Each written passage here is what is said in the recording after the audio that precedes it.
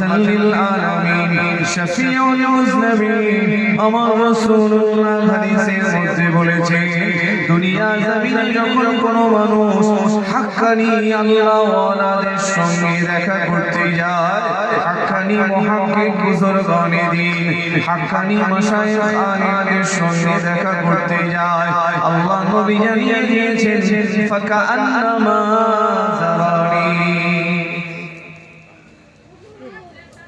হুজুর আসছে দুরূদ শরীফ পড়ুন আল্লাহুম্মা সাল্লি আলা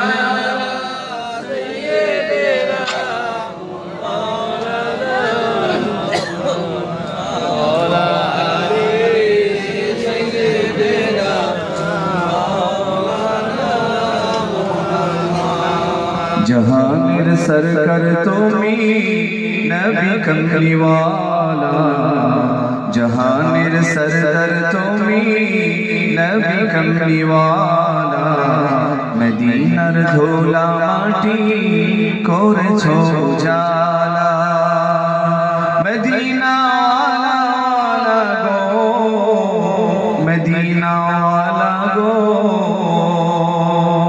मदीना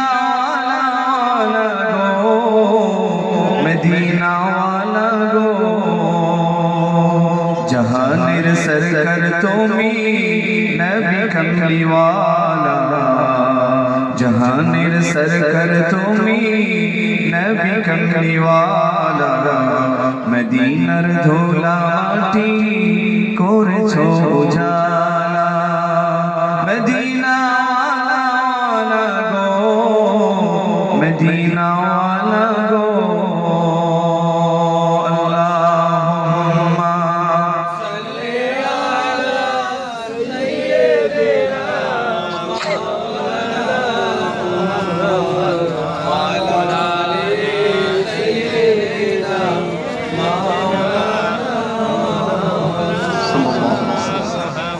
এই মজলিসের একটা বিশেষত্ব আছে এই মজলিসের একটা দাম আছে এই সোহবতের একটা আলাদা পাওনা আছে আপনি আমি যখন এরকম সোহবত এরকম মজলিস এরকম মাহফিল বসার সুযোগ হবে কৃপণতা না করে অবহেলা না করে সব সময় এই ধরনের মাহফিলে আসতে হবে বসতে হবে আসলে বসলে লাভ আছে আপনার আমার জন্য এই ধরনের মাহফিলগুলো কল্যাণের এই ধরনের মাহফিলগুলি আপনার আমার জন্য নাজাতের আপনার আমার জন্য হিদায়াতের একটা জারিয়া বলুন সুবহানাল্লাহ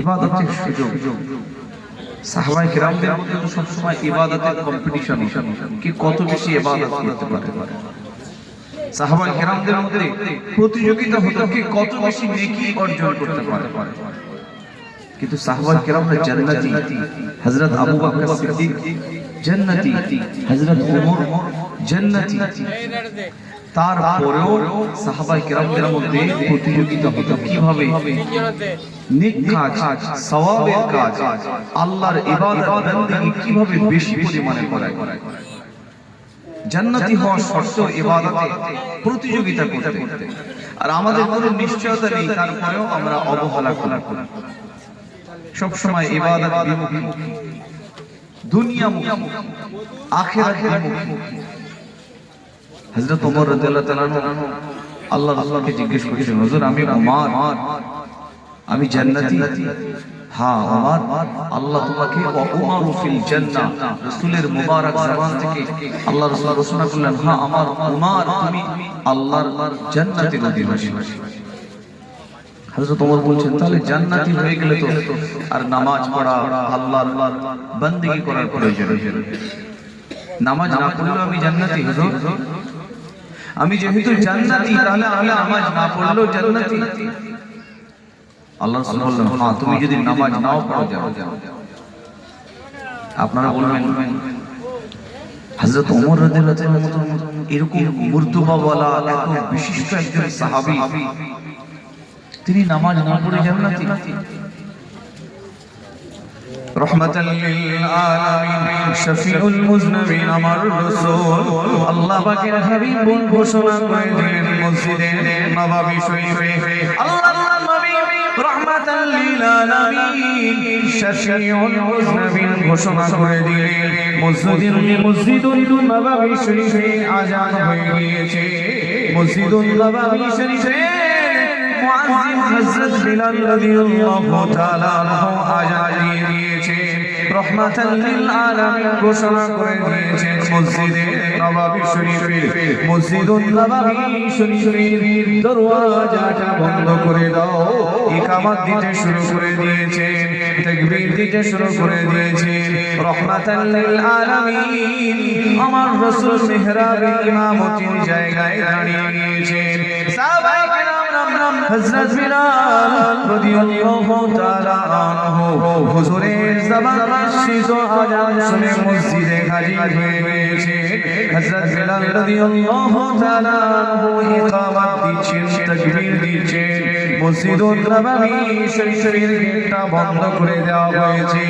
এমন সময় হযরত ওমর ফারুক রাদিয়াল্লাহু তাআলা আনহু হুজুরের কানের মধ্যে আল্লাহর নবী রাহমাতাল লিল আলামিন হুজুরের কিরাতের আওয়াজ যখন দিয়েছেন, নামাজের মধ্যে হুজুর সূরা ফাতিহা তেলাওয়াত করতে শুরু করেছেন, কিরাত আরম্ভ করে দিয়েছেন। হযরত ওমর রাদিয়াল্লাহু তাআলা আনহু ব্যাকুল হয়ে গিয়েছেন, আর থাকতে পারেন না। হযরত ওমর রাদিয়াল্লাহু তাআলা আনহু তিনি পাগলের মতো মসজিদুন নববী শরীফের দরওয়াজায় এসে দাঁড়িয়ে গিয়েছেন। মসজিদুন নববী শরীফের দরওয়াজাটা ঠেলতে শুরু করে দিয়েছে।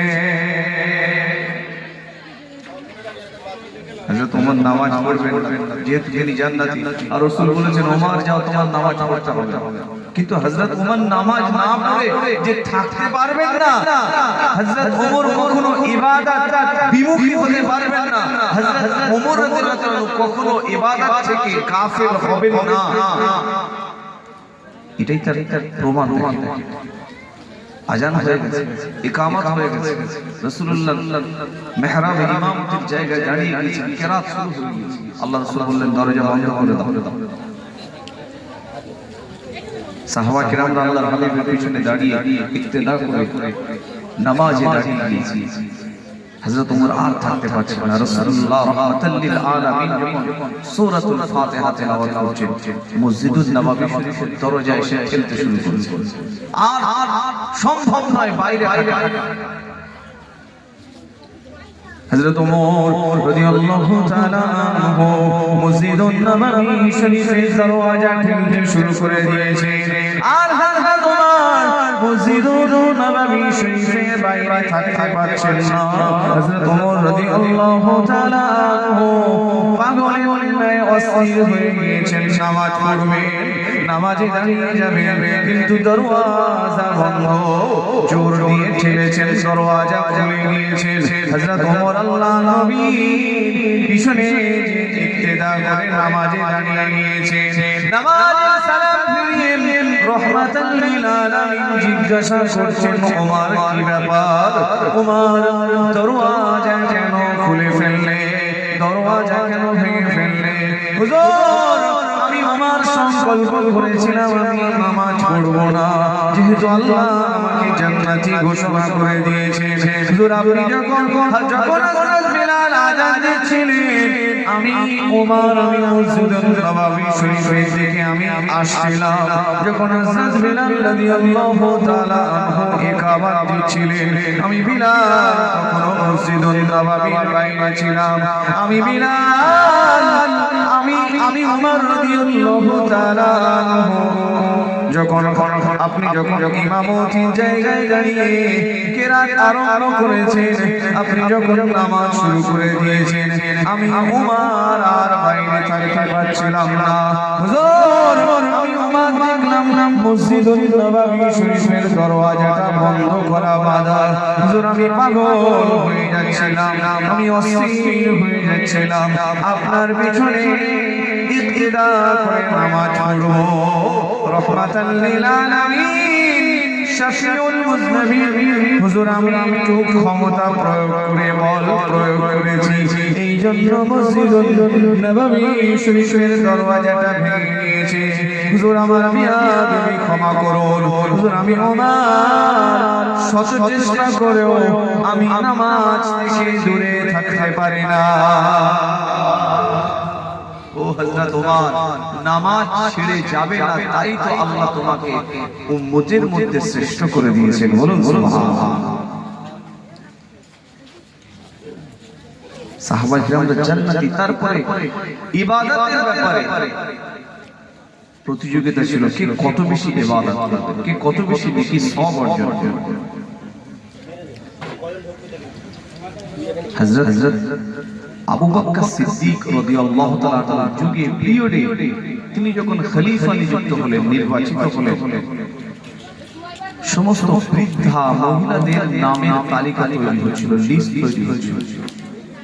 যত বৃদ্ধা অসহায় মানুষ, যাদের খোঁজ নেওয়ার, যাদের দেখাশোনার কেউ নেই, তাদের একটা তালিকা তৈরি করে হযরত আবু বকর সিদ্দিক এক একজনকে এক একজনের দায়িত্ব দিচ্ছিলেন। অমুক পরিবারের দায়িত্ব অমুকের উপরে, অমুক পরিবারের দায়িত্ব অমুকের উপরে, অমুক বৃদ্ধা অসহায় মায়ের দায়িত্ব অমুক সাহাবীর, এভাবে দায়িত্ব বন্টন করে দিচ্ছিলেন। এই তালিকার মধ্যে হযরত ওমর রাদিয়াল্লাহু গভীরভাবে দেখলেন যে এই তালিকার মধ্যে এমন একজন আছেন যার নামটা নাই, অথচ তিনি একজন অসহায় মা। উনি ভাবলেন হয়তো হযরত আবু বকর সিদ্দিকের ভুল হতে পারে, না জানার কারণে ভুল হতে পারে, অসুবিধা নেই, আমি নিজেই কাজ করব। ফজরের নামাজ আদায় করেনি হযরত ওমর রাদিয়াল্লাহু তাআলা ওই বৃদ্ধা মায়ের ঘরে দরওয়াজায় দাঁড়িয়ে হয়ে গিয়েছে। হযরত ওমর রাদিয়াল্লাহু তাআলা বৃদ্ধা মায়ের ঘরে দরওয়াজায় যে ডাকতে লাগলেন, ও মা, বুড়ি মা, ঘরের দরওয়াজাটা খুলে দিন মা। ফজরের নামাজ পড়লেন, পড়ে নিজে চলে গেলেন যে ওই বৃদ্ধা মায়ের ঘরের কাজ করছেন। মা, ঘরের দরওয়াজা বাজান। কে বাবা? আমি ওমর এসেছি। কেন এসেছেন? আপনার ঘরের কাজ করছেন। আপনারা যারা কাজ করছেন নীরবে করুন।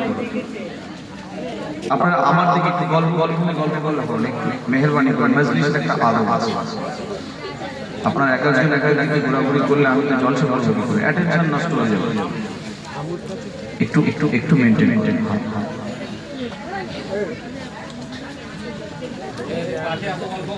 হযরত ওমর রাদিয়াল্লাহু তাআলা ফজরের নামাজের পরে বুড়িমার ঘরে গিয়েছেন। বুড়িমা, ঘরের দরওয়াজাটা খুলে দিন। কেন? আপনার ঘরের কাজ করছি। আমার ঘরের কাজ হয়ে গেছে বাবা। আমার ভাইরা, হযরত ওমর রাদিয়াল্লাহু তাআলা আবার দ্বিতীয় দিন ফজরের নামাজের পূর্বে তিনি বুড়িমার ঘরে খোঁজ নিতে গিয়েছেন। ঘরের দরওয়াজায় গিয়ে উপস্থিত হয়ে গিয়েছেন। ও মা, বুড়িমা, ঘরের দরওয়াজা খুলে দিন মা, আমি ওমর এসেছি। কেন এসেছো? মা, বুড়িমা, আমি ওমর আপনার ঘরের কাজ করতে এসেছি। বুড়িমা জবাব দিতে লাগলেন, বাবা ওমর, আমার ঘরের কাজ হয়ে গিয়েছে। হযরত ওমর এবার চিন্তা করতে লাগলেন, হযরত আবু বকর সিদ্দিক রাদিয়াল্লাহু তাআলা আনহুর তৈরি করা ওই নামের তালিকার মধ্যে বুড়িমার নামটা নাই। বুড়িমার নাম ওই লিস্টের মধ্যে নাই, কিন্তু ঘরের কাজ কে করছে? হযরত ওমরের মধ্যে একটা কিউরিওসিটি, একটা প্রশ্ন জেগে গিয়েছে। আবার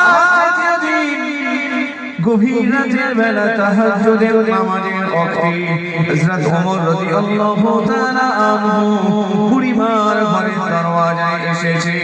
বুড়িমার ঘরের দরওয়াজায় এসে ডাকতে লাগলেন, ও মা, বুড়িমা, ঘরের দরওয়াজা খুলে দিন। আমি ওমর এসেছি। কেন এসেছো? মা আপনার ঘরের কাজ করতে এসেছি। বুড়িমা বলতে লাগলেন, ও হযরত ওমর, আমার ঘরের কাজ অনেক আগেই হয়ে গিয়েছে। হযরত আবু বকর সিদ্দিক রাদিয়াল্লাহু তাআলা আনহুর ওই তালিকার মধ্যে বুড়িমার লিস্টে নামটা নাই, কিন্তু এত গোপনীয়তার সাথে এত গভীর রাতে হযরত ওমর রাদিয়াল্লাহু তাআলা আনহুর মনের মধ্যে প্রশ্ন জেগে গিয়েছে, এই ঘরের কাজটা কে করছে? আবার চতুর্থ দিনে গভীর রাতের বেলা মানুষ যখন ঘুমিয়ে গিয়েছে, গোটা মদিনা শরীফের মানুষ যখন ঘুমিয়ে গিয়েছে, হযরত ওমর রাদিয়াল্লাহু তাআলা আনহু রাতের মধ্য অংশে ওই বুড়িমার ঘরের অদূরে আত্মগোপন করে থাকলেন, নিজেকে আড়ালে লুকিয়ে রাখলেন। দেখা যায় রাত যখন গভীর হয়ে গিয়েছে, মানুষজন যখন ঘুমিয়ে গিয়েছে, এমন সময় একজন ব্যক্তি সারা শরীরটা আবৃত করে চাদর দিয়ে ঢেকে গুটি গুটি গুটি গুটি পায়ে এগিয়ে যাচ্ছে হযরত ওমর রাদিয়াল্লাহু তাআলা আনহু। এবার তিনি লক্ষ্য করলেন এই মানুষটার গন্তব্য কোন দিকে, কোথায় যায়।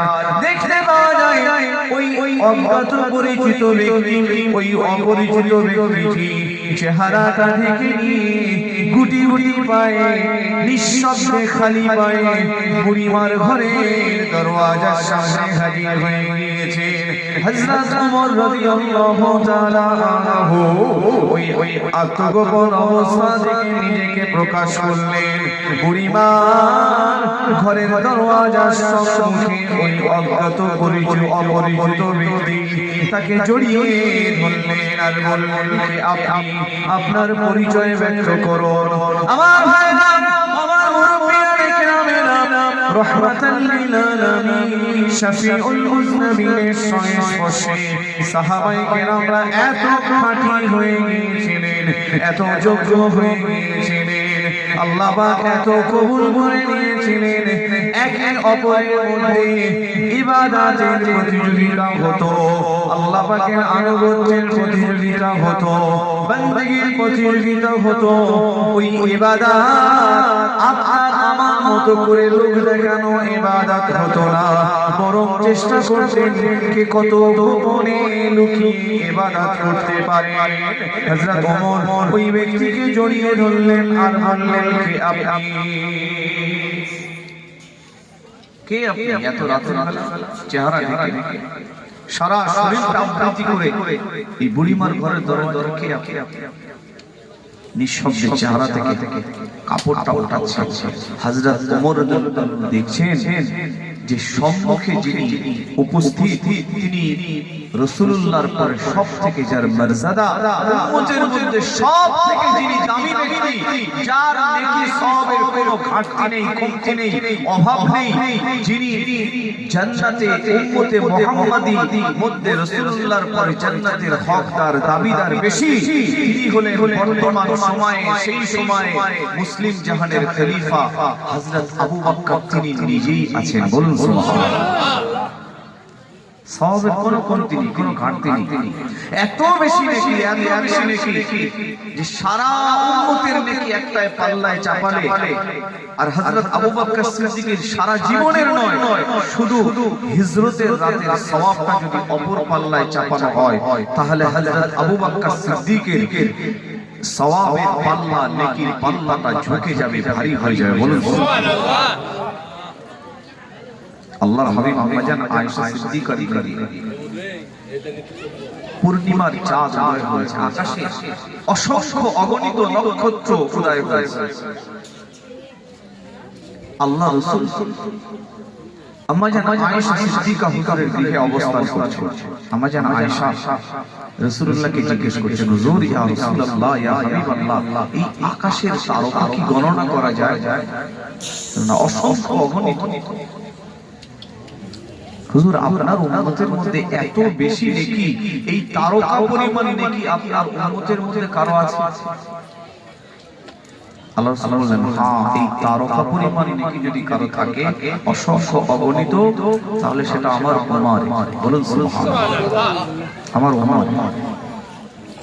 উম্মুল মুমিনিন আম্মা জান আয়েশা সিদ্দিকা রাদিয়াল্লাহু তাআলা হুজুরের মনটা মলিন হয়ে গিয়েছে, ছোট হয়ে গিয়েছে। রহমাতাল লিল আলামিন শফিউল মুজনাবিন আমার রাসূলুল্লাহ আম্মা জান আয়েশাকে ডেকে বলেছেন, ও আয়েশা, ও আয়েশা, তোমার মনের পরিস্থিতি, তোমার মনের হালাত আমি নবী বুঝেছি। আয়েশা, তোমার মনে মনে একটা সংকল্প হচ্ছে, চিন্তা হচ্ছে, এত বিশাল লিখিত আমার পিতা হযরত আবু বকর হুজুরের হওয়ার কথা ছিল। আয়েশা, আমার ওমরের জীবনের আমলের নেকির সংখ্যা তারকার থেকেও বেশি। তবে আয়েশা, তোমার পিতা হযরত আবু বকর সিদ্দিকের নেকি সওয়াবের পাল্লা, নেকি সওয়াবের সংখ্যাটা আমার ওমরের থেকেও বেশি, অন্য সাহাবায়ে কেরামের থেকেও বেশি। আমার আবু বকর সিদ্দিক অর্থাৎ তোমার পিতার আমল নামা হিজরতের সওয়াবটা যদি এক পাল্লায় রাখা হয়, গোটা উম্মতের নেকিটা হযরত আবু বকরের নেকি অপেক্ষা হালকা হয়ে যাবে। সেই হযরত আবু বকর সিদ্দিক যার নেকি উম্মতের মধ্যে সব থেকে বেশি, তিনি নিজের চেহারাটিকে লুকিয়ে লুকিয়ে গোপনে বুড়িমার ঘরের দরওয়াজা, চেহারার কাপড়টা সরিয়ে দেখছেন যে ইনি অন্য কেউ নন, ইনি নির্বাচিত মানুষের মনোনীত খলিফা, খলিফাতুল মুসলিমিন হযরত আবু বকর। হযরত ওমর জিজ্ঞেস করেছেন, ও হযরত আবু বকর আমিরুল মুমিনিন খলিফাতুল মুসলিমিন, আপনি এত রাতে কি ব্যাপার? বুড়িমার ঘরের দরওয়াজা আপনি এত রাতে?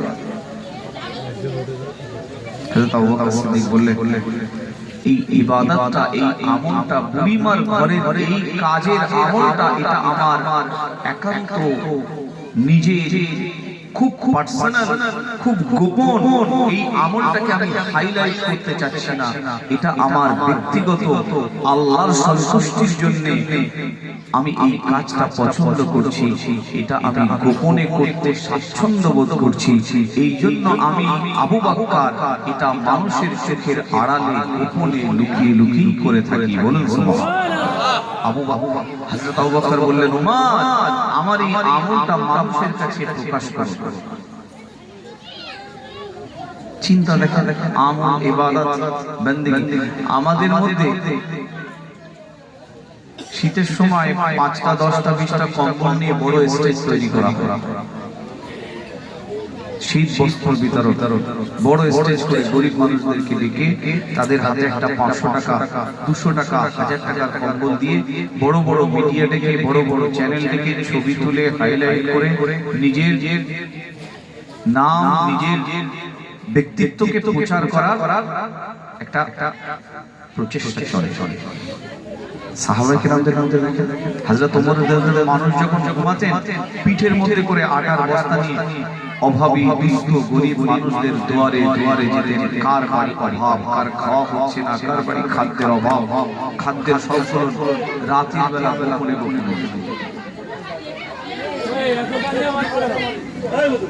আমার মায়েরা আর একটু কথা কম বলে, ওয়াজের মজলিস আপনারা একটু মেহরবানি করে কথা বলেন, একটু ওয়াজের মজলিসের পরিবেশটা ঠিক করতে হবে। হ্যাঁ, আপনারা একটু এসেছেন অনেক কষ্ট করে, একটু ধীর স্থির হয়ে বসে শ্রবণ করেন। এই তো সামনে রমজানুল মুবারক মাস আসছে, রহমতের মাস, বরকতের মাস, নাজাতের মাস। মেয়েদের জন্য আল্লাহ পাকের রাসূল কাপড়টা নামিয়ে দিবেন। আল্লাহর হাবিব সাল্লাল্লাহু আলাইহি ওয়াসাল্লাম মায়েদের জন্য, মেয়েদের জন্য সুসংবাদ দিয়েছেন। 4টে কাজ করতে পারলে তাদের জান্নাত নিশ্চিত। একটা হচ্ছে মান সাল্লাতু খামসা, এক নম্বর হলো সারা দিনের মধ্যে 5 ওয়াক্তের নামাজ।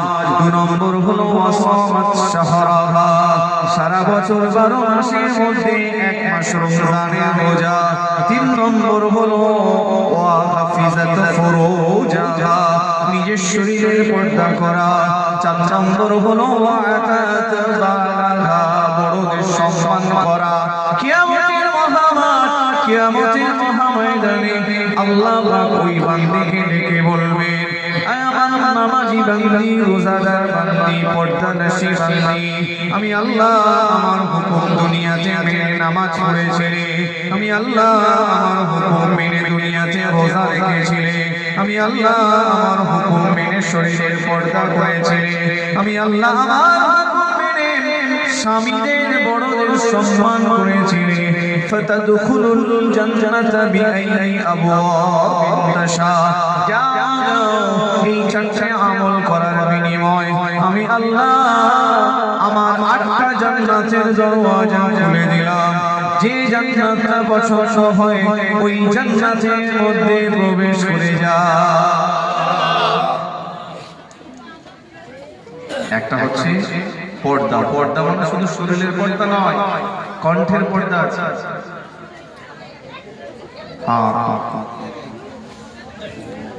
চারটি কাজ করতে পারে রাসূলুল্লাহ বলেছেন, তার জীবদ্দশায় আল্লাহ ঘোষণা দিয়েছেন জান্নাতি।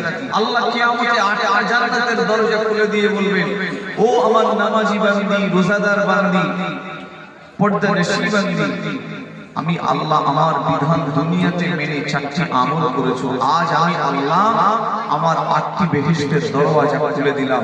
যেটা পছন্দ ফাতাদখুলুল জান্নাতা বিআইয়ি আবওয়াবিন তাশা, আমার জান্নাতের যেটা পছন্দ, যে দরজা পছন্দ সেই দরওয়াজা দিয়ে আমার জান্নাতে প্রবেশ করে যাও। বলুন সুবহানাল্লাহ।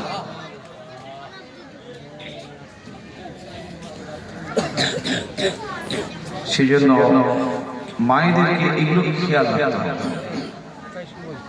5 ওয়াক্তের নামাজ, রমজান মাসে রোজা, আর শরীরের পর্দা, কণ্ঠের পর্দা। একটা নারী পর্দার যে বিধান সেগুলো প্রপারলি মেনটেন করতে হবে।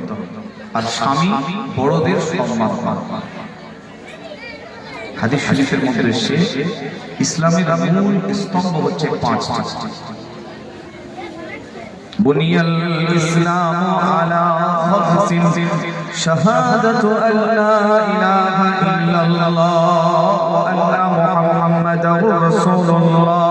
ইসলামের মূল বুনিয়াদ, ইসলামের মূল স্তম্ভ হলো 5টি। 1 নম্বরে হলো ঈমান, 2 নম্বরে হলো নামাজ, 3 নম্বর হলো রোজা, 4 নম্বর হলো যাকাত, 5 নম্বর হলো হজ। আল্লাহ পাক ঈমানের পরে নামাজের কথা বলেছেন, সালাতের কথা বলেছেন। কালামুল্লাহ শরীফে 82 জায়গায় আল্লাহ বান্দাকে নামাজের তাগিদ দিয়েছেন। নামাজের ব্যাপারে আল্লাহ পাক সচেতন করেছেন, সাবধান করেছেন। ইন্নাস সালাতা কানাত আলাল মুমিনিনা কিতাবাম মাওকুতা।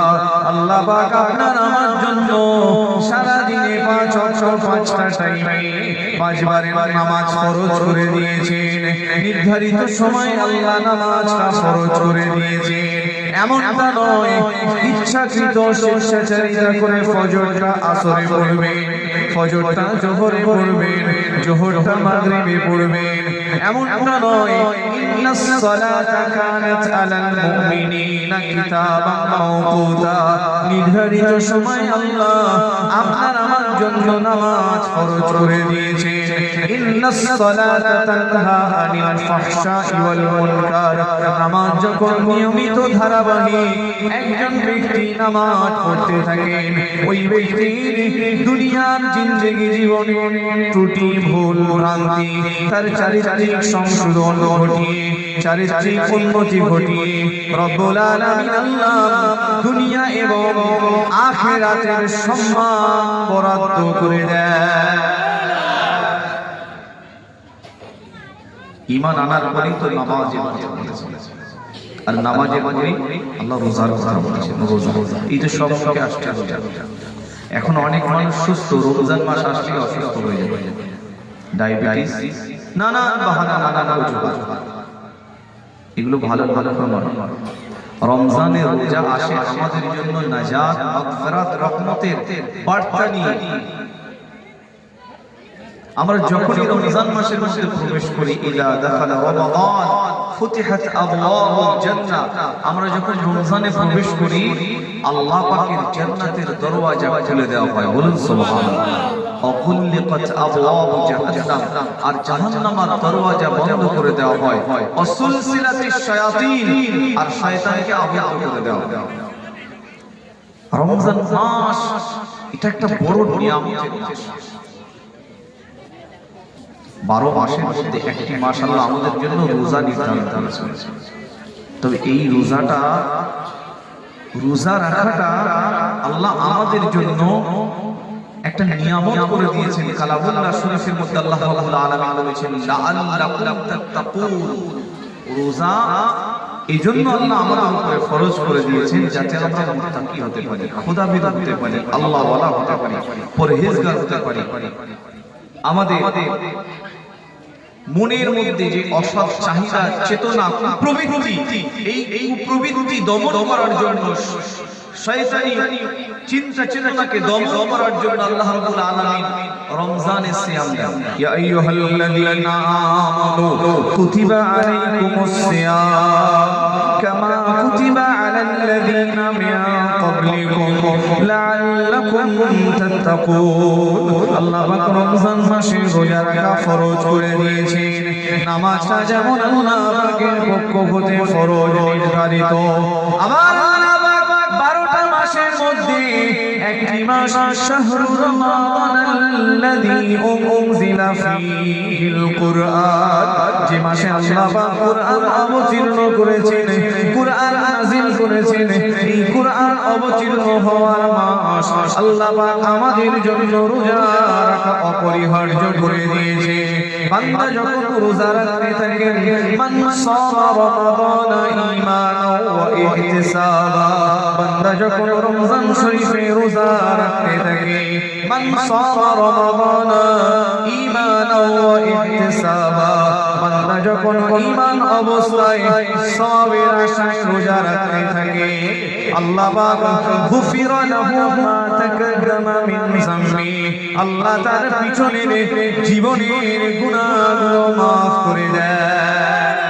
আবার রমজানুল মুবারক মাসে রাতের বেলা যারা তারাবিহের নামাজ আদায় করেন, মান কামা রমাদান ঈমানান ওয়া ইহতিসাবা গুফিরা লাহু মা তাকাদ্দামা মিন যামবি, যারা রমজানুল মুবারক মাসে তারাবিহের নামাজটা আদায় করে, তারাবির নামাজটা পড়ে, আল্লাহ পাক তাদের মান কামা রমাদান ঈমানান ওয়া ইহতিসাবা, যারা রমজান শরীফে রাতের বেলা দিনের বেলা যারা রোজা রাখে তাদের জীবনের গুনাহ maaf হয়। আর যারা রাতের বেলা দাঁড়িয়ে আল্লাহর সন্তুষ্টির নামাজ পড়ে তাদের জীবনের গুনাহগুলো আল্লাহ ক্ষমা করে দেয়। এই রোজা অনেকে বাহানা করে, কি কোন অজুহাতে, কোন বাহানাতে না করা যায়। অনেক মানুষ অন্য মাসে ডাক্তার দেখায় না, রমজানের আগে যায় ডাক্তার দেখাতে, ইমাম সাহেবের কাছাকাছি এসে দেখবেন বলেন যে ডাক্তার দেখিয়েছি, ডাক্তার বলেছে রোজা রাখতে হবে, রোজা রাখতে হবে। হ্যাঁ, ওই ব্যক্তির জন্য রোজা রাখা না রাখার অনুমতি আছে। এমন অসুস্থ ব্যক্তি, যে ব্যক্তি ওই অসুস্থতা থেকে আর সুস্থ হতে পারবে না, এত দুর্বল যে তার রোজা রাখার ক্ষমতা নেই, এত বড় রোগ, এত বড় অসুস্থতা আছে, ওই অসুস্থতা নিয়ে সে রোজা রাখতে পারে। বয়স হয়েছে 70-80, পাগল, রোজা রাখতে পারবে না। 70-80 বছর বয়স, শরীর ক্ষীণ হয়ে গেছে, এই বৃদ্ধ এমন অসুস্থ যে আর সুস্থ হবে না, এদের জন্য রোজা মাফ।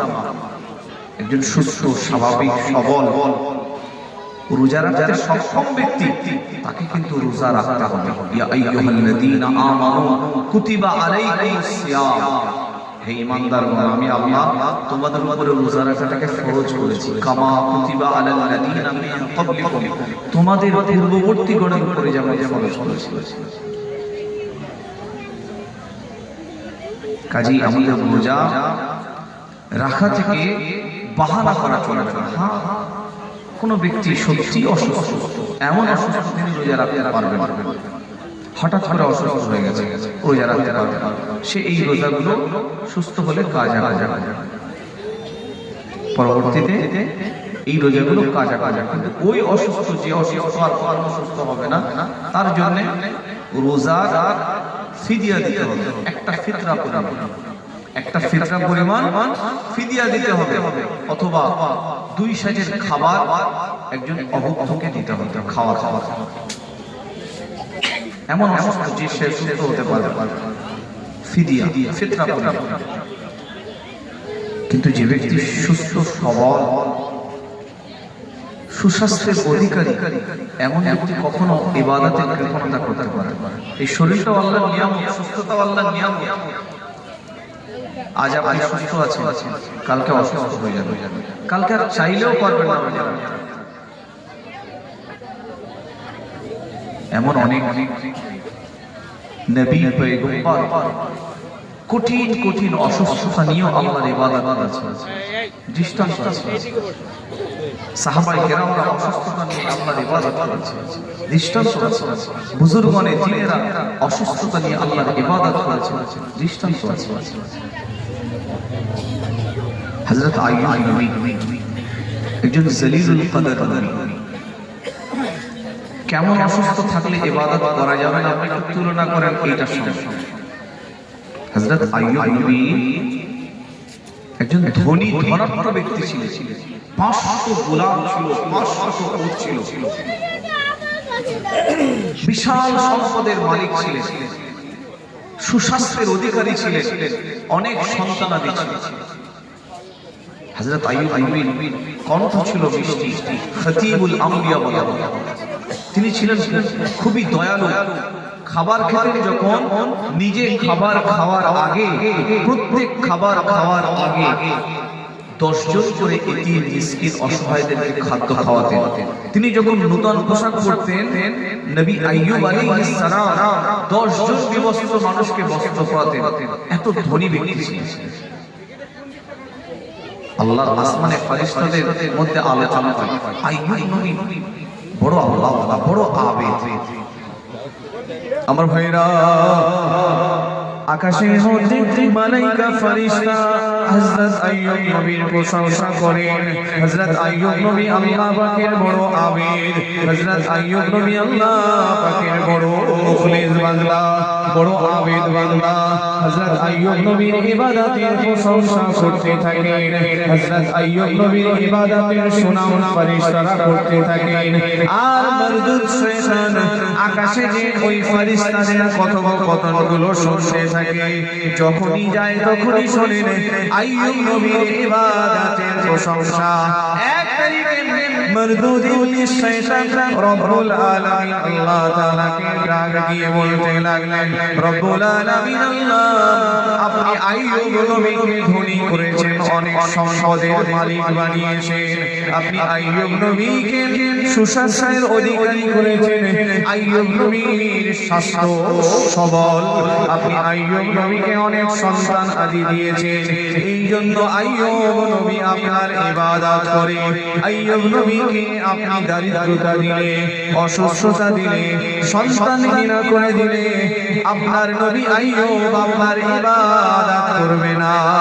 রব্বুল আলামিন আল্লাহ ইবলিস শয়তানকে ডেকে বলেছিল, ওরে ইবলিস শুনে রাখ, আমার নবী আইয়ুবকে আমি আল্লাহ যদি সম্পদ হারা করি, আমি আল্লাহ যদি সন্তান হারা করি, আমি আল্লাহ আইয়ুব নবীকে সুস্বাস্থ্য হারা করি, তারপরেও আমার নবী আইয়ুব, আমি আল্লাহ আমার ইবাদত ভুলে যাবে না, আমি আল্লাহ আমার উপাসনা ভুলে যাবে না, আমি আল্লাহ আমার জিকির ভুলে যাবে না। ইবলিস বলতে লাগলেন, আল্লাহ আইয়ুব নবী দরিদ্র হয়ে গেলে ইবাদত করবে না। ইবলিস আল্লাহকে বলছে, আল্লাহ আপনার নবী আইয়ুব গরীব হয়ে গেলে ইবাদত করবে, অসুস্থ হয়ে গেলে ইবাদত করবে না, সন্তান হারা হয়ে গেলে ইবাদত করবে না। এখন তার সম্পদ আছে, সন্তান আছে, সুস্বাস্থ্যের অধিকারী, সব দুনিয়ার শান্তি তার ঘরে, এই জন্য সে এত বড় আবেগ। তাই নাকি?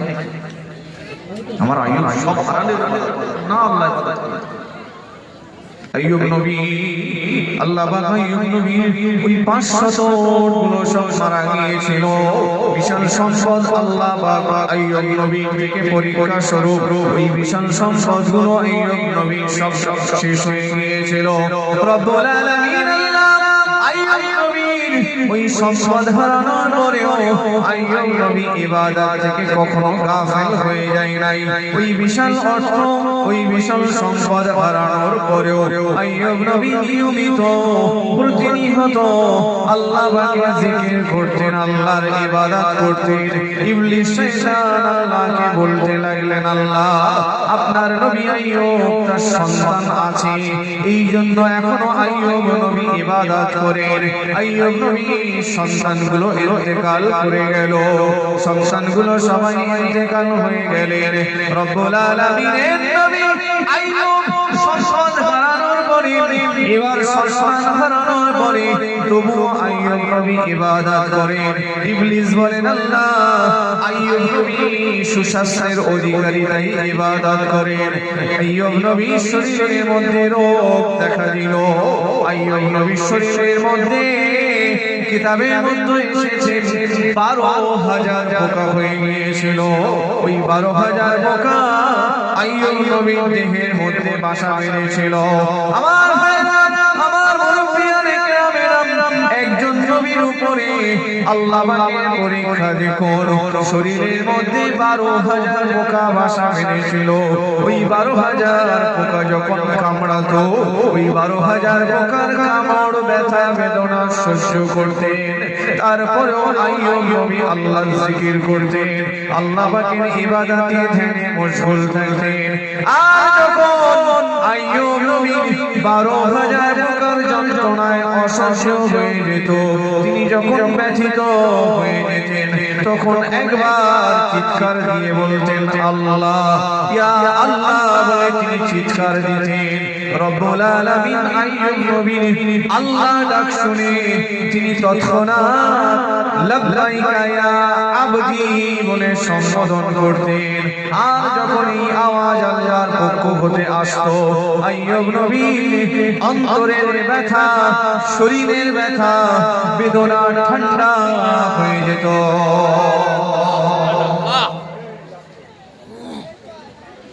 সাধারণ মানুষ কোন একজন নবী বনি ইসরাইলদের জন্য আল্লাহ পাক নবী করে পাঠিয়েছেন। মুসা নবীর কওমের মানুষদের জন্য যাকে নবী করে পাঠানো, এরকম একজন নবী সম্পদ হারিয়ে ফেলেছেন, সম্পদ আর নেই, সন্তান মারা গিয়েছে, সন্তান নেই, সুস্বাস্থ্যের অধিকারী, সেই সুস্বাস্থ্য এখন রোগ অসুস্থতায় তিনি কাবু হয়ে গিয়েছেন। শরীরের মধ্যে 12,000 পোকার বাসা।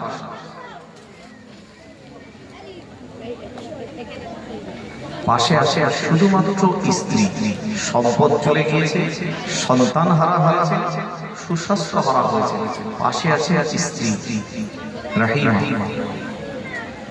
ইবলিস একদিন রাস্তা দিয়ে ডাক্তারের সুরাতে, মানুষের আকৃতিতে হেঁটে হেঁটে যাচ্ছে, আর আইয়ুব নবীর স্ত্রী রাহিমাকে দেখে বলছে, তোমার স্বামী বড় অসুস্থ তাই না? হ্যাঁ, আমার স্বামী অসুস্থ। আমি তোমার স্বামীর চিকিৎসা দিতে পারি, তবে তোমার স্বামীর থেকে আমার এক্সপেকটেশন, আমার দাবি, আমার আশা এটাই, তিনি যখন সুস্থ হবেন বলবেন যে আমি তাকে সুস্থ করে দিয়েছি। আইয়ুব নবীর স্ত্রী নবী আইয়ুবের কাছে এসেছেন, তিনি অসুস্থর প্রকোপে দুর্বল হয়ে গেছেন। একজন চিকিৎসকের সঙ্গে দেখা হয়েছে, তিনি আপনার রোগ সুস্থ করবেন, কিন্তু আপনাকে বলতে হবে যে তিনি আপনাকে সুস্থ করেছেন। তিনি বললেন, নাউযুবিল্লাহ, এটা তো ইবলিস, এটা কোনো ডাক্তার নয়, এটা কোনো চিকিৎসক নয়, এটা মানুষ রূপে শয়তান, মানুষের সূরাতে, ডাক্তারের সূরাতে শয়তান। সুস্থ করার মালিক হলেন আমার আল্লাহ, সুস্থ করার মালিক হলেন আমার আল্লাহ। কোন মানুষ, কোন ডাক্তার কোনো কিছু সুস্থ করতে পারে না, এটা ওসিলা করেন আল্লাহ। তুমি শয়তানের চক্রে পড়ে গেছো, তার ধোঁকায় পড়ে গেছো। যাও, আমার জন্য তোমার খিদমত আমি হারাম করলাম। আমি যতদিন অসুস্থ থাকবো তোমার খিদমত আমার লাগবে না। আমি একা একা অসুস্থতা নিই, আমি দিন অতিবাহিত। তাহলে সম্পদ হারালেন, সন্তান হারালেন, সুস্বাস্থ্য হারালেন, স্ত্রী সঙ্গে ছিলেন, স্ত্রীও হারালেন। এখন তিনি বড় একা। নবী আইয়ুব আলাইহিস সালাম তারপরেও আল্লাহ পাকের ইবাদত থেকে কখনো গাফিল থাকেন না। নবী আইয়ুব আলাইহিস সালাম আল্লাহ পাকের ইবাদত করতে থাকেন, আল্লাহ পাকের জিকির করতে থাকেন। রব্বুল আলামিন আল্লাহ তাআলা নবী আইয়ুব এক তারিখে তিনি ইবাদত করছেন, আল্লাহ জিকির করছেন, আল্লাহ পাকের স্মরণে তিনি মগ্ন হয়ে রয়েছে। আর দুইজন ব্যক্তি আইয়ুব নবীর পাশ দিয়ে হেঁটে হেঁটে যাচ্ছে। নবী আইয়ুবের এই অবস্থাটা দেখে তারা বলাবলি করতে লাগলো, নবী আইয়ুব বড় গুনাহগার, সে বড় অপরাধী, এই জন্য তার উপরে আল্লাহ এত কঠিন অসুস্থতা দিয়েছে।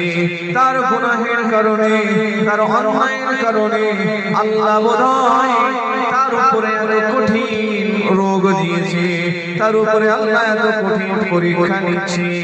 একদিকে তার সম্পদ সব নষ্ট হয়ে গিয়েছে, সন্তানগুলো মারা গিয়েছে, তার সুস্বাস্থ্য আজ অসুস্থতায় পরিণত হয়েছে। রব্বুল আলামিনের নবী আইয়ুব আলাইহিস সালাম ওই দুজন ব্যক্তি, তাদের কমেন্টমেন্ট, তাদের মন্তব্য, গুনাহগার বলে আইয়ুব নবী অসুস্থ।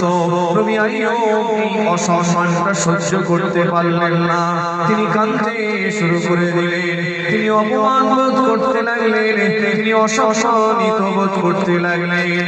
নবী আইয়ুব কাঁদতে লাগলেন, আল্লাহ, আমি নবী আইয়ুব, আমাকে গুনাহগার বলে মানুষ আমাকে ব্যঙ্গ করে, মানুষ আমাকে অপমান করে, আমি আজ গুনাহগার বলে অপমানিত হই।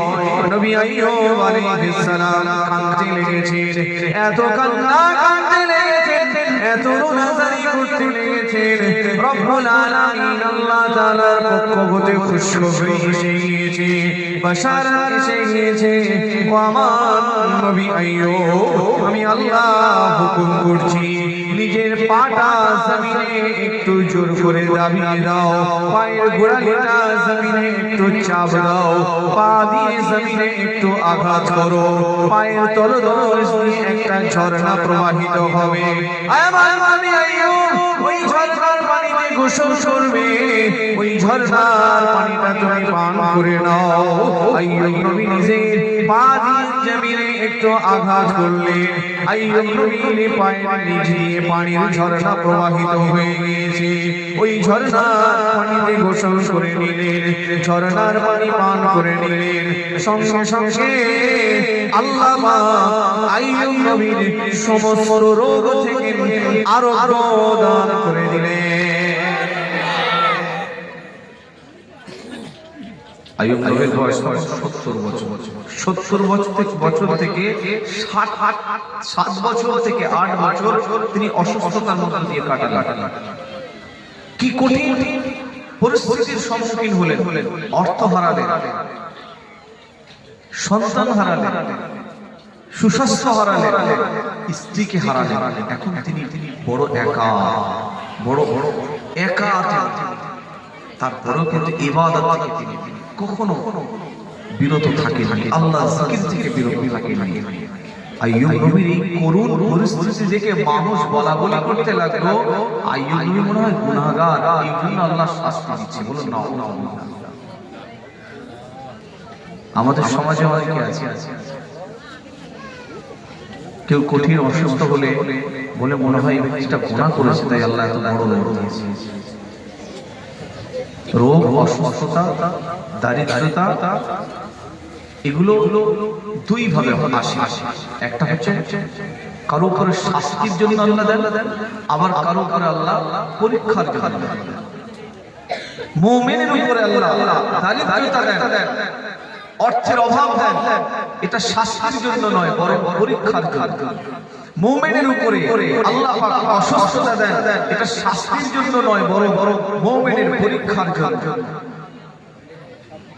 তো আইয়ুব নবী যখন গুনাহগার বলে সমালোচনা করেছে, ব্যঙ্গ করেছে, তিনি খুব কাঁদতে লাগলেন।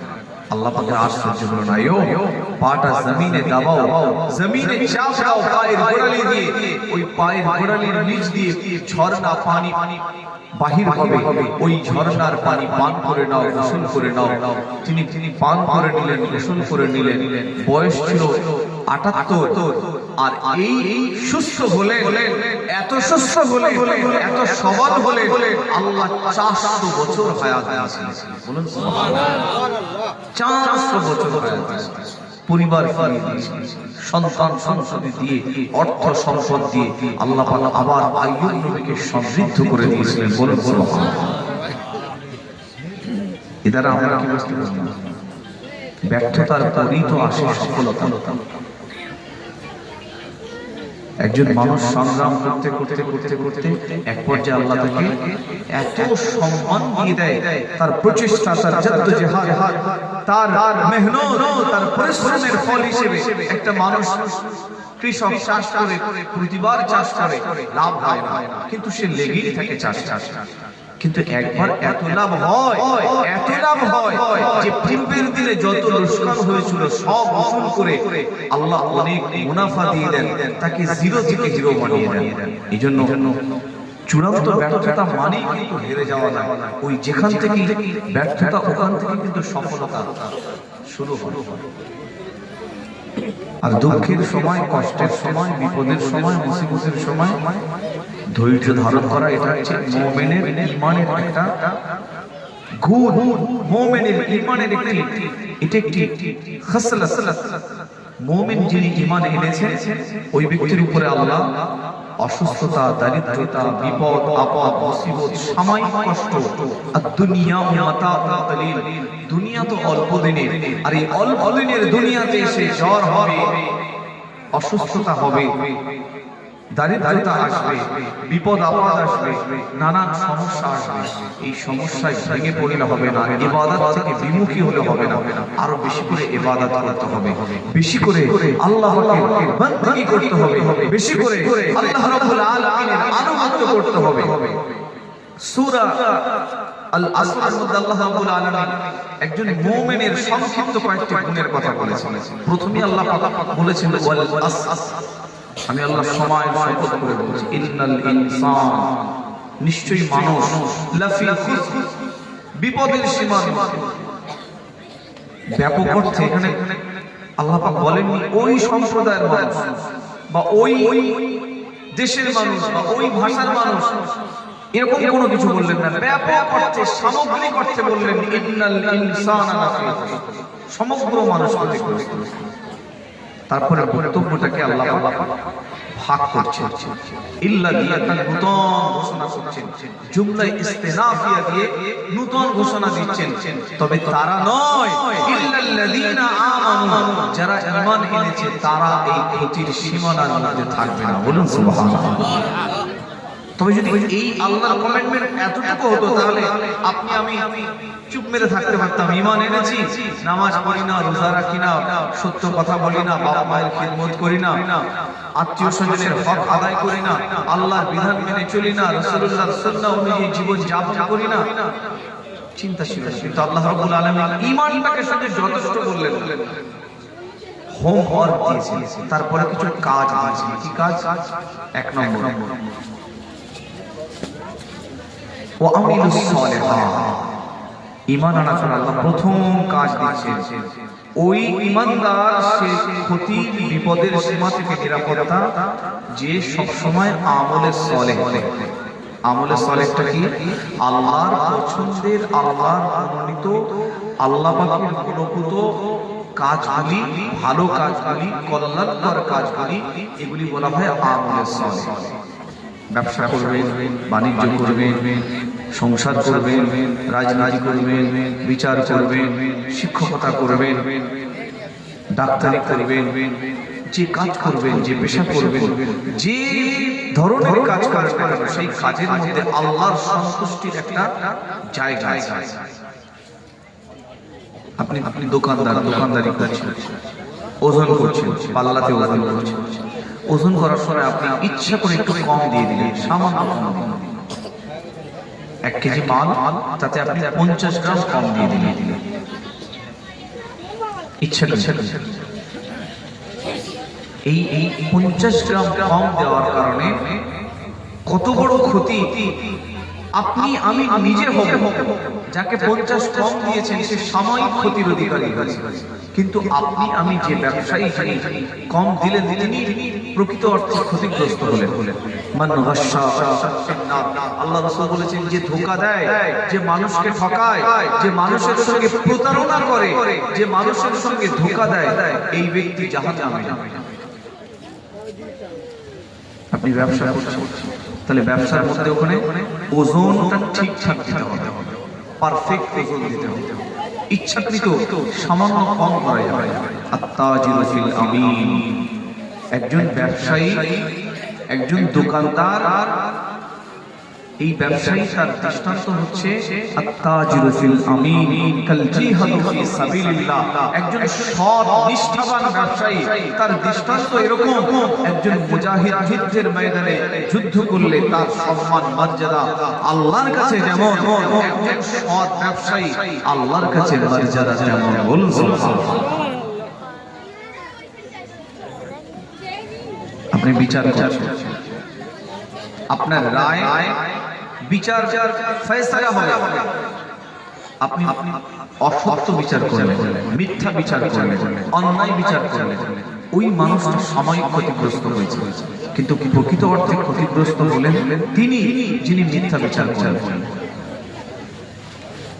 এখানে আল্লাহর বিধান হচ্ছে ইনসাফ করা, ন্যায় বিচার করা। এখানে আল্লাহর বিধান হচ্ছে ওজন যথাযথ দেওয়া। এই জন্য আল্লাহ রাব্বুল আলামিন আমাদের জন্য কোরআনটাকে বিধান করে দিয়েছেন, সংবিধান করে দিয়েছেন, আর ইসলাম আমাদের জন্য পরিপূর্ণ করে বলেছেন, উদখুলু ফিল কাফা ওয়া লা তাতাবিউ খুতুওয়াতিশ শাইতান। তোমরা পরিপূর্ণভাবে ইসলামের মধ্যে প্রবেশ করো, শয়তানের অনুসরণ করো। আল্লাহ অন্য আয়াতে বলেছেন, ইয়া আইয়ুহাল্লাযীনা আমানু তাকুল্লাহ, হে ঈমানদার, আমি আল্লাহ, আমাকে ভয় করো, হাক্কা তাআতিহি, প্রকৃত অর্থে ভয় করো, ওয়ালা তামুতুন্না ইল্লা ওয়া আনতুম মুসলিমুন, আর ততক্ষণ পর্যন্ত মৃত্যুবরণ করো না যতক্ষণ না তোমরা মুসলমান না হও। মুসলমান কারা? আমরা যারা ঈমান এনেছি, কলেমা পড়েছি, আমানতু বিল্লাহি ওয়া মালাইকাতিহি ওয়া কুতুবিহি ওয়া রাসূলিহি ওয়াল ইয়াউমিল আখিরি ওয়াল কদরি খাইরিহি ওয়া শাররিহি মিনাল্লাহি তাআলা ওয়াল বা'সি বা'দাল মাউত। এই বিষয়ের উপরে যারা ঈমান এনেছে প্রত্যেকই মুমিন। মুসলমান কারা? মুসলমান তারা যারা আল্লাহর বিধান হালালটাকে হালাল মেনে নিয়ে হালাল হিসেবে গ্রহণ করেছে, আর আল্লাহর বিধান হারামকে হারাম হিসেবে মেনে নিয়ে সেগুলোকে পরিত্যাগ করেছে। যদিও তাতে লাভ থাকে, ফায়দা থাকে, তাতে মুনাফা থাকে, কিন্তু আল্লাহ নিষেধ করেছেন বলেই সেটা পরিত্যাগ করেছে। তারা মুসলমান। তাহলে মুমিন আমরা সবাই, কিন্তু আল্লাহ পাক বললেন তোমরা মৃত্যুবরণ করো না মুসলমান না। মুসলমান কারা? যারা আল্লাহর বিধান মেনে জীবন যাপন করে। সূরা আল-আসরের মধ্যে আল্লাহ প্রথম বললেন ঈমানটা শর্ত। ঈমান থাকলে সে ক্ষতির সীমানায় থাকবে না, তবে ঈমানটা যথেষ্ট নয়। ওয়া আমিলুস সালিহাত, এক নম্বর হলো সৎ কাজ। ওয়াতাওয়াসাউ বিল হক, সব সময় সৎ কাজে নিজে ব্রতী হওয়া, অন্যকে ব্রতী হতে বলা, নিজে সৎ কাজ করা, অন্যকে সৎ কাজ করতে আদেশ করা, অন্যকে সৎ কাজ করার জন্য চেষ্টা করা, করানোর জন্য চেষ্টা করা। 3 নম্বর আল্লাহ বলেছেন ওয়াতাওয়াসাউ বিস সাবর, আর বিপদে মুসিবতে ধৈর্য ধারণ করা। দেখেন এখানে আল্লাহ কোরআনের অন্য জায়গায় ঈমানদারের অনেক গুণ বলেছেন, এই ছোট্ট সূরার মধ্যে কয়েকটি গুণের কথা বলেছেন। ওয়া আমিলুস সালিহাত 1 নম্বর, ওয়া তাওয়াসাউ বিল হক 2 নম্বর, ওয়া তাওয়াসাউ বিস সাবর 3 নম্বর। ঈমানের পরে এই তিনটে বিষয়কে আল্লাহ কানেক্ট করে দিয়ে বলেছেন, এই তিনটে ঈমানের সঙ্গে যাদের ম্যাচ করবে, ঈমানের পরে যাদের এই তিনটে আমল থাকবে, আমি আল্লাহ তাদের ব্যাপারে ঘোষণা করে দিলাম তারা কিয়ামতের দিনে ক্ষতির সীমানা থেকে নিরাপত্তা পেয়ে যাবে। বলুন সুবহানাল্লাহ। তাহলে ঈমান আনার পরে এই তিনটে কাজ আমাদের যথাযথ করতে হবে। বলুন ইনশাআল্লাহ। সকলে বলুন ইনশাআল্লাহ। আমরা দুনিয়াতে এসেছি সাময়িক কিছু দিনের জন্য, অল্প দিনের জন্য। পৃথিবীতে একটা নির্দিষ্ট লিমিটেশন সময় আপনাকে আমাকে দেওয়া হয়েছে। একটা মোমবাতি জ্বালিয়ে দেন, এটা কিন্তু একটা নির্দিষ্ট সময় পর্যন্ত জ্বলবে, এক পর্যায়ে সেটা নিভে যাবে। তো আপনার আমার জীবনের উপর একটা নির্দিষ্ট লিমিটেশন করে দেওয়া হয়েছে, ওই পর্যন্তই আপনি আমি যাব, তারপরে মৃত্যু। ইন্না লিল্লাহি ওয়া ইন্না ইলাইহি রাজিউন। সৃষ্টিকর্তা সব সৃষ্টি করেছেন, স্রষ্টা রব্বুল আলামিন আমাদের প্রতিপালক, আমাদেরকে সৃষ্টি করেছেন, তিনি স্রষ্টা, আমরা সৃষ্টি, তিনি আমাদেরকে সৃষ্টি করেছেন, আমাদের দুনিয়াতে পাঠিয়েছেন। ইন্না লিল্লাহি, সব কিছু আল্লাহর জন্য, ওয়া ইন্না ইলাইহি রাজিউন, আবার ফিরে যাব সেই আল্লাহর কাছে। কোথায়? আল্লাহর কাছে। একটা মানুষ দুনিয়াতে চিরস্থায়ী হয়, অল্প দিনের জন্য, অস্থায়ী সময়, স্থায়ী সময়, সীমিত সময়, কিছু দিনের জন্য দুনিয়াতে আসে, তারপরে তার মৃত্যু হয়, মারা যায়। আপনি বলুন তো, মারা যাওয়া মানে কি শেষ হয়ে যাওয়া, বিলীন হয়ে যাওয়া, নিশ্চিহ্ন হয়ে যাওয়া, সারা জীবনের চুরি, ডাকাতি, খুন, রাহাজানি, আল্লাহর অবাধ্যতা, নাফরমানি, পাপাচার, একজন মানুষ মারা গিয়েছেন মানে সব শেষ? কখনো নয়। হাদিস শরীফের মধ্যে এসেছে, হাদিসে জিবরিলের মধ্যে আল্লাহ রাসূল একজনকে বসে আছে মজলিসের মধ্যে, একজন ব্যক্তি এসেছে, অপরিচিত ব্যক্তি, সাদা পোশাক পরে আল্লাহ রাসূলের সম্মুখে এসেছেন আর বসে বলছেন, সালাম আলাইকুম হুজুর, ইয়া মুহাম্মদ সাল্লাল্লাহু আলাইহি ওয়াসাল্লাম, আখবিরনি আনিল ঈমান। হুজুর আমাকে ঈমান সম্পর্কে বলুন, ঈমানটা কি? রহমাতাল লিল আলামিন শফিউল মুজনিবিন আমার রাসূল ঈমানের ব্যাখ্যা দিচ্ছেন, ঈমানের ডেফিনিশনটা বলছেন, ঈমানের সংজ্ঞাটা আমার রাসূলুল্লাহ বলছেন, আমানতু বিল্লাহ, আল্লাহর উপরে ঈমান আনা, ওয়া মালাইকাতিহি, ফেরেশতাদের উপরে ঈমান আনা, ওয়া কুতুবিহি, আসমানি কিতাব সমূহের উপরে ঈমান আনা, ওয়া রাসূলিহি, রাসূলের প্রতি ঈমান আনা, ওয়াল ইয়াউমিল আখির, কিয়ামতের দিনের উপরে ঈমান আনা, ওয়াল বাসি বাদাল মউত, মৃত্যুর পরে আল্লাহ পাক আবার উঠাবেন, আল্লাহ পাক আবার আপনাকে আমাকে উঠাবেন, পুনরুত্থান হবে, এর উপরে ঈমান আনা।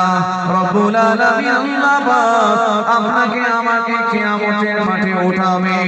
এই হাদিসের বর্ণনাকারী হলেন হযরত ওমর রাদিয়াল্লাহু তাআলা আনহু। হাদিসই সহিহ, হাদিসের ব্যাপারে মুহাদ্দিসগণ বলেছেন এটি হলো উম্মুস সুন্নাহ, সমস্ত হাদিসের মা, সমস্ত হাদিসের জননী বলা হয়। এই হাদিসটাকে হাদিসের পরিভাষা বলা হয় হাদিসে জিবরাইল। হযরত জিবরাইল আমিন আলাইহিস সালাম মানুষের সূরাতে এসে, মানুষের আকৃতিতে এসে আল্লাহর নবীর সম্মুখে বসে গিয়েছিলেন। রাহমাতাল লিল আলামিন শফিউল মুজনিবিন নবীকে কয়েকটি প্রশ্ন করেছিলেন, ঈমানের ব্যাপারে প্রশ্ন করেছিলেন, হুজুর আমাকে বলুন, আখবিরনি আনিল ইসলাম, হুজুর আমাকে ইসলাম সম্পর্কে বলুন।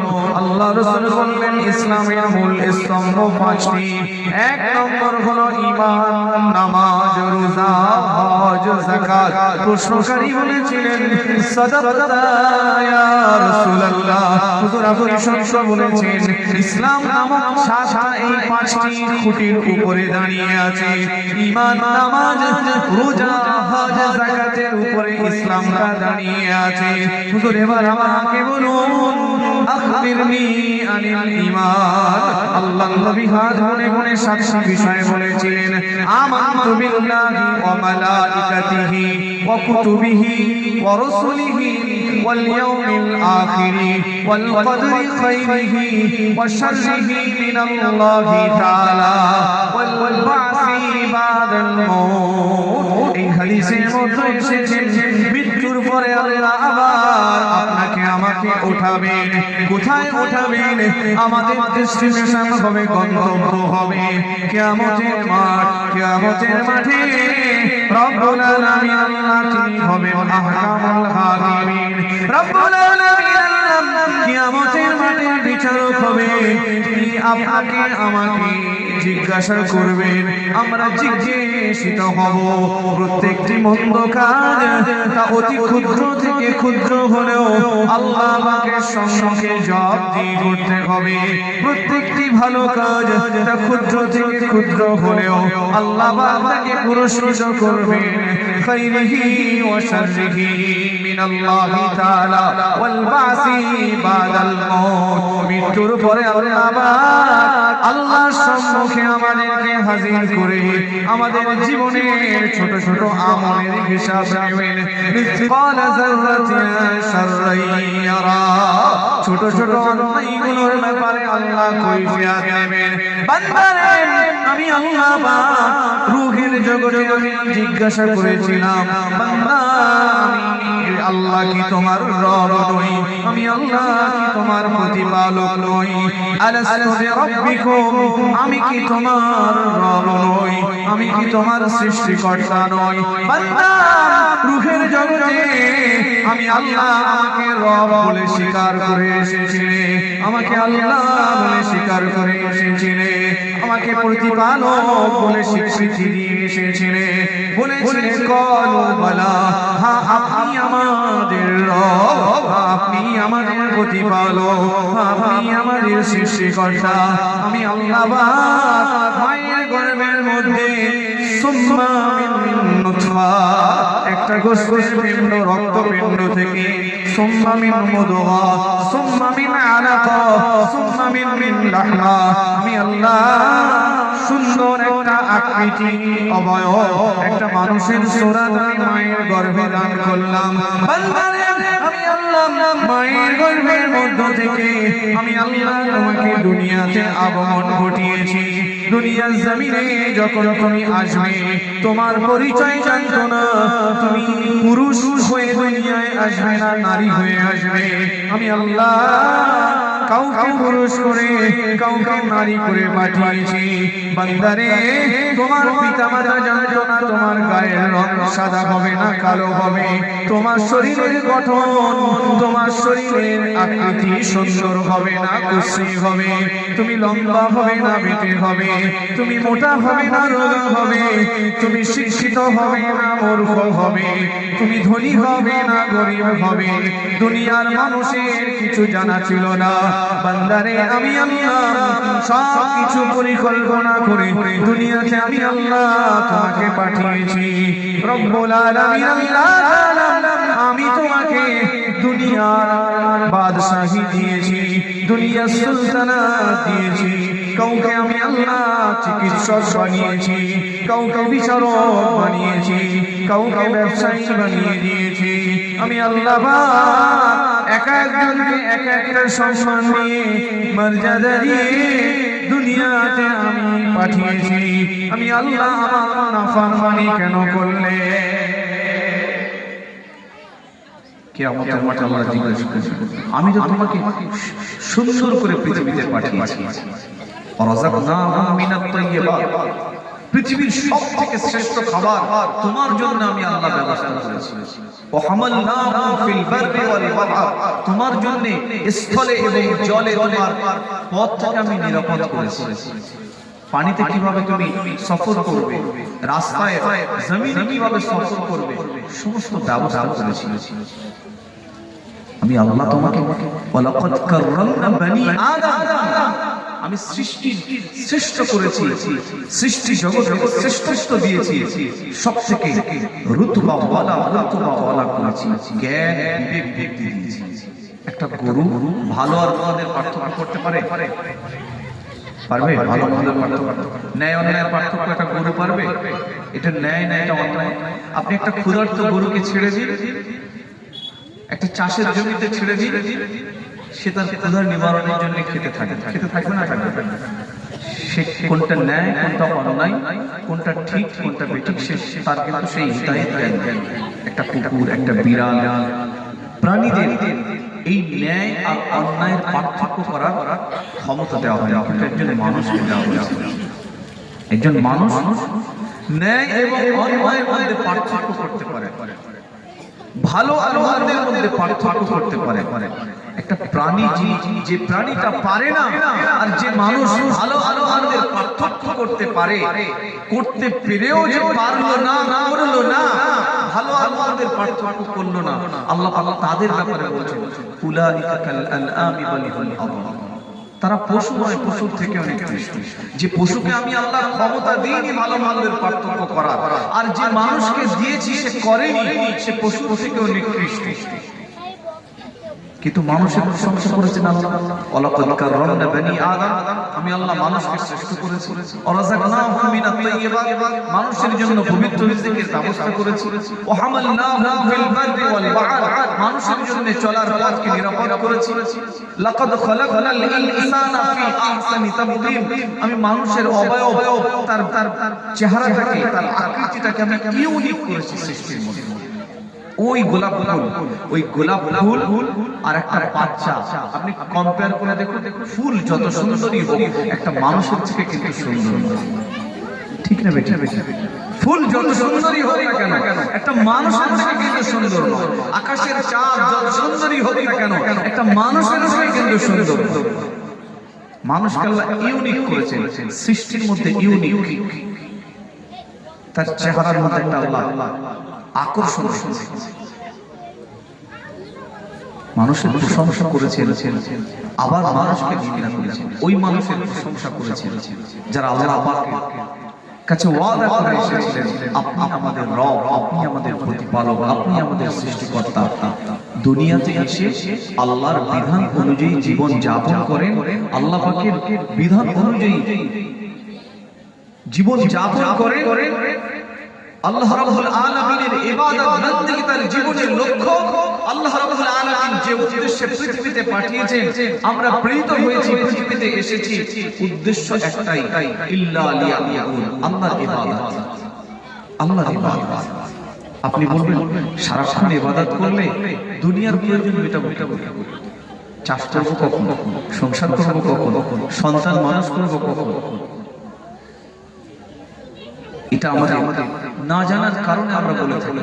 জানার পরে আমার আপনার সংসার, চাষাবাদ, বন্ধুত্ব, সন্তান মানুষ করা, রান্না বান্না, সমস্ত কাজটাই আল্লাহর ইবাদতের মধ্যে গণ্য হয়ে যাবে। বলুন সুবহানাল্লাহ। আপনি আমি প্রপার আল্লাহ পাকের দেওয়া বিধান গাইডলাইন অনুযায়ী যখন একটা কাজ শুরু করব, আর কাজের শুরুতে বিসমিল্লাহির রহমানির রহিম বলে কাজটা শুরু করব, ওই কাজ যতক্ষণ চলতে থাকবে, ওই হালাল বৈধ আল্লাহ মনোনীত ওই হালাল সংস্থার কাজ আপনি আমি যতক্ষণ করব, ততক্ষণ ওটা আল্লাহর জিকিরের মধ্যে, আল্লাহর ইবাদতের মধ্যে গণ্য হবে। বলুন সুবহানাল্লাহ। আল্লাহ তো ইবাদত করার জন্য পাঠিয়েছেন। একজন মুমিন তার সমস্ত কিছু, তার কাজ কর্ম, ব্যবসা বাণিজ্য, চাষাবাদ, সারা দিন যা কিছু করে সবটাই ইবাদত। আপনি আমি সন্তানদেরকে যে বাজারে নিয়ে সংসারের জন্য খাবার নিয়ে দিই, তাদের মুখে আহার তুলে দিই, এটাও ইবাদত। আপনি বাজার করে নিয়ে আপনার বাচ্চাকে খাওয়াচ্ছেন, এটাও ইবাদত। আপনার স্ত্রীকে খাওয়াচ্ছেন, এটাও ইবাদত। আপনার বাবা মার জন্য সংসারের খাবার নিয়ে যাচ্ছেন, এটাও ইবাদত। কিন্তু ইবাদত থেকে আমাদের গাফিল হয়ে চলে। প্রত্যেকটি মুহূর্তে ইবাদত, আল্লাহ রাব্বুল আলামিনের ইবাদত। কারণ দুনিয়া যতক্ষণ ইবাদত করার সমস্ত ততক্ষণ, একজন মানুষ জীবিত আছে দুনিয়ায় যতক্ষণ, তার ইবাদতের সমর্থ ততক্ষণ। ইদা মাতাল ইনসানু, মানুষ যখন মারা যায়, মানুষের যখন মৃত্যু হয়ে যায় ওই মানুষের আমলের দরজা বন্ধ করে দেওয়া হয়। মানুষ যতক্ষণ জীবিত, মানুষের দেহের মধ্যে যতক্ষণ জীবন আছে, প্রাণ আছে, ওই মানুষটা ওই প্রাণ নিয়ে ইবাদত করতে সক্ষম, আল্লাহ পাকের বান্দেগি করতে সক্ষম। কিন্তু মানুষের যখন মৃত্যু হয়ে যায়, মারা যায়, মানুষের যখন ইন্তেকাল হয়ে যায়, ওই মানুষের ইবাদতের সুযোগ আর থাকে না। ওই মানুষের ইবাদতের সুযোগ বন্ধ করে দেওয়া হয়, তার নিজে নিজে ইবাদতের সুযোগ বন্ধ করে দেওয়া হয়। রব্বুল আলামিন একজন মানুষের মৃত্যু ঘটাবে, মৃত্যু হবে, মৃত্যু হওয়ার পরে আমাদের শরীর থেকে রাখা হবে কবর, ওই কবর থেকে আমাদেরকে ওঠানো হবে। ওয়া ইদাল কুবুরু বু'থিরাত, ইসরাফিল আলাইহিস সালাম যখন প্রথম শিক্ষায় ফুৎকার দেবেন, গোটা পৃথিবীর জীবিত সমস্ত মখলুকাত সব মারা যাবে, মৃত মৃত্যুবরণ করবে, সমস্ত সৃষ্টিজীব মারা যাবে। আবার যখন দ্বিতীয় ফুৎকারটা দেবেন, ওই সময় কবরগুলো ফেটে যাবে, কবরের মধ্য থেকে ওই মানুষগুলো জিন্দা জীবিত হয়ে উঠবে, হাড় হাড্ডিগুলো একত্রিত হবে, গ্রন্থি সমূহ একত্রিত হবে, আল্লাহর হুকুমে ওই হাড় হাড্ডির গায়ে গোশত লাগবে, চামড়া জমে যাবে, শরীরের মধ্যে চোখ দেওয়া হবে, ব্রেন দেওয়া হবে, অঙ্গ প্রত্যঙ্গ দেওয়া হবে, বান্দাকে নিয়ে হাজির করা হবে কিয়ামতের মাঠে। রব্বুল আলামিন আল্লাহ তিনি কেবল মাত্র বিচারক হবেন, আর গোটা সৃষ্টি জীবের মধ্যে মানুষ আমরা যারা আছি, আল্লাহ পাকের সম্মুখে আমরা দাঁড়িয়ে যাব হিসাব দেওয়ার জন্য। রব্বুল আলামিন আল্লাহ বিচারকের আশায় যখন বসবেন, বান্দাকে আল্লাহ সম্মুখে হাজির করে বলবেন, বান্দা জীবনের আমল নামার হিসাব দাও। আল্লাহ পাক ওই বান্দার সম্মুখে ওয়া উদিয়াল কিতাব ফাতারাল মুজরিমিন, বান্দার সম্মুখে তার জীবনের কৃতকর্মের লিখিত কিতাব আল্লাহ রাখবে। দুনিয়ার কোর্টে বিচার হলে প্রমাণ লাগে, সাক্ষী লাগে, আর আল্লাহ পাক কিয়ামতের দিন বিচার করবেন, তার প্রমাণ থাকবে, সাক্ষী থাকবে, এভিডেন্স থাকবে। কারো প্রতি আল্লাহ সামান্য অবিচার করবেন না, সামান্য জুলুম করবেন না। যে জাহান্নামে যাবে সে সচক্ষে দেখেই যাবে যে জাহান্নামী, তার জীবনের কৃতকর্ম। ওয়া উদিয়াল কিতাব ফাতারাল মুজরিমিনা মুশফিকিনা মিম্মা ফি, তার সম্মুখে তার জীবন দশায় করা সমস্ত কৃতকর্ম তার সম্মুখে খুলে দাও। যত ছোট বড় গুনাহ করেছে তার মধ্যে লেখা, যত জীবনের ছোট বড় সওয়াব নেকির কাজ করেছে তার মধ্যে লেখা। এই কিতাব থেকে অপরাধীরা বলবেন এটা আবার কি ধরনের কিতাব, তারা অবাক হয়ে যাবে। ফাতারাল মুজরিমিনা মুশফিকিনা মিম্মা ফি, আল্লাহ এটা কি ধরনের কিতাব? এমন তথ্য এর মধ্যে আছে যে তথ্য কখনো মানুষের কাছে প্রকাশ করেনি, মানুষ জানতো না। এমন তথ্য, এমন জীবনের কৃতকর্ম এর মধ্যে সব রেকর্ড করা আছে। রব্বুল আলামিন আল্লাহ কিয়ামতের মাঠে বিচার করবেন। মৃত্যু মানে বিলীন হয়ে যাওয়া নয়, মৃত্যু মানে শেষ হয়ে যাওয়া নয়, মৃত্যু মানে নিশ্চিহ্ন হয়ে যাওয়া নয়, মৃত্যু মানে সব শেষ তা নয়, মৃত্যু মানে দুনিয়া থেকে মানুষকে আখিরাতে নিয়ে যাওয়া। সকলে মিলে তাকবীর দেন না, নারে তাকবীর, নারে তাকবীর। সিলসিলায়ে হক মুজাদ্দিদুজ জামান, সিলসিলায়ে হক মুজাদ্দিদুজ জামান। সবাই মিলে তাকবীর দেন না, নারে তাকবীর। জনাব আলহাজ হযরত মাওলানা মুজিবুর রহমান সাহেব হুজুর, নারে তাকবীর, নারে তাকবীর। মাশাআল্লাহ। হুজুর এসেছেন, আলোচনা করবেন। আমি আমার বক্তব্য আর দীর্ঘায়িত করছি না, বক্তব্যের নীতি করছি।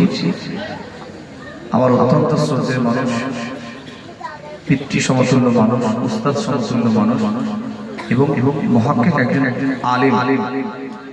উনি আছেন আমরা বলছি তা নয়, যোগ্যতা সম্পন্ন একজন আলেম। সুনামের সঙ্গে দীর্ঘদিন ওয়াজ নসিহত করে আসছেন, তিনি আপনাদের গ্রামের ইমাম হতে পারে। অনেক সময় হয় সারা সপ্তাহের মধ্যে যদি আপনি প্রত্যেক দিন গোশত খান, তাহলে গোশত খাওয়ার কদরই ভুলে যান, ভালো লাগে না, একটু ডাল হলে ভালো হয়, আলু ভাজা হলে ভালো হয়। অনেক সময় এরকম হয়, গ্রামে ভালো মানুষ আছে, যোগ্য মানুষ আছে, বিদগ্ধ মানুষ আছে, জ্ঞানী মানুষ আছে, কিন্তু গ্রামের মানুষের কাছে গুরুত্ব থাকে না। কেন? সব সময় তাকে দেখছে। আবার ওই মানুষটি বাইরের মানুষের কাছে, বাইরের মানুষ পাওয়ার জন্য উদ্গ্রীব হয়ে থাকে, অপেক্ষায় থাকে। কাজী আল্লাহর অশেষ রহমত, অশেষ দয়া, এই গ্রামবাসী এমন একজন ইমাম পেয়েছেন, একজন যোগ্য মহান আলেম, কিতাবি আলেম, আমাদের মতো ছোটখাটো আলেম মাশাআল্লাহ এসেছেন, তিনি আলোচনা করবেন। আপনারা যারা এখানে ছড়িয়ে ছিটিয়ে আছেন, মেহেরবানি করে হাফিলে চলে আসেন। হুজুর কিছু আলোচনা করে, তাবারুকান আলোচনা করে তিনি আখিরি মোনাজাত করবেন ইনশাআল্লাহ। দরুদ শরীফ পড়েন। আল্লাহ